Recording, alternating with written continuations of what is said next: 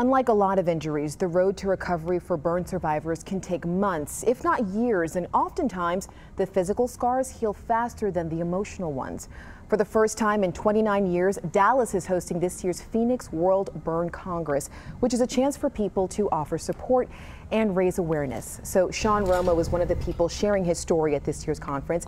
He joins us now along with Stephanie Campbell, the burn program manager at Parkland Health. Thank you both for joining us this afternoon. Thank you. So Sean, if you can, explain to us the circumstances behind your burn injury. I was in a tragic car accident that my foot ended up getting caught. And I wasn't really able to pull free until after I was pretty much significantly burned. Can you explain how bad these burns were? Because most people assume it can just be sort of topical, but we know these burns can be very extensive. Right? Well, I was burned 37% of my body, wow. Second and or the third degree burns, mostly all the way down to my bone. It was very significant that I had to have extensive surgeries, a lot of surgeries, and eventually have my toes and leg amputated. So when you're experiencing something like this, of course you're in the hospital for several months, but then once you leave the hospital, talk to me about what it does for you to be able to even talk about this or share this experience with other people. To me, I actually love being able to share this experience with other people because it brings awareness to them that fire isn't a joke. It's something that can, change somebody's life and even take somebody's life.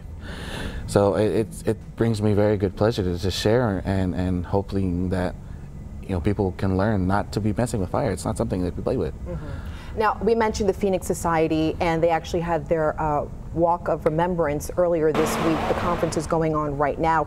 And during the conference, you learned a little bit about Parkland's SOAR program. So, Stephanie, I'd like for you to explain what that is and what that offers to people. Well, at Parkland, like you said, we know that recovery from burn injury doesn't stop at discharge from the hospital. It continues for a very long time, and it impacts not only the burn survivor, but their entire family. So one of the things we do is we partner with the Phoenix Society with their Phoenix SOAR program, which stands for Survivors Offering Assistance in Recovery. And we find survivors who are interested in giving back, and they actually go through a training process through the Phoenix Society and learn how to come back to the hospital, visit patients that are in the burn center, and basically give them hope, share their story with them, and let them know that they're not alone. John, did you ever go through a program like this, like the SOAR program? Yeah, I mean, I had many of other burn survivors come to me while I was in the hospital and talk with me, to give me courage that there is a life beyond the hospital.